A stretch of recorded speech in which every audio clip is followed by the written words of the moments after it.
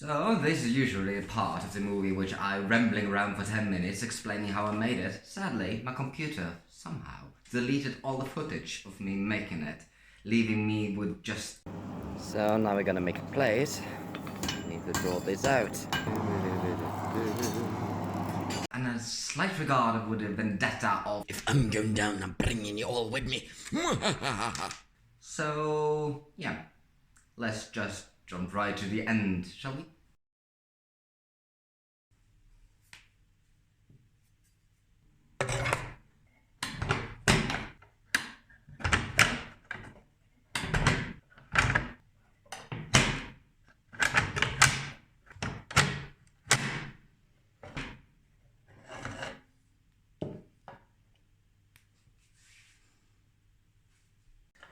So, if you guys like locks and things that moves and make sound, let me know and I'll rethink of making a new one.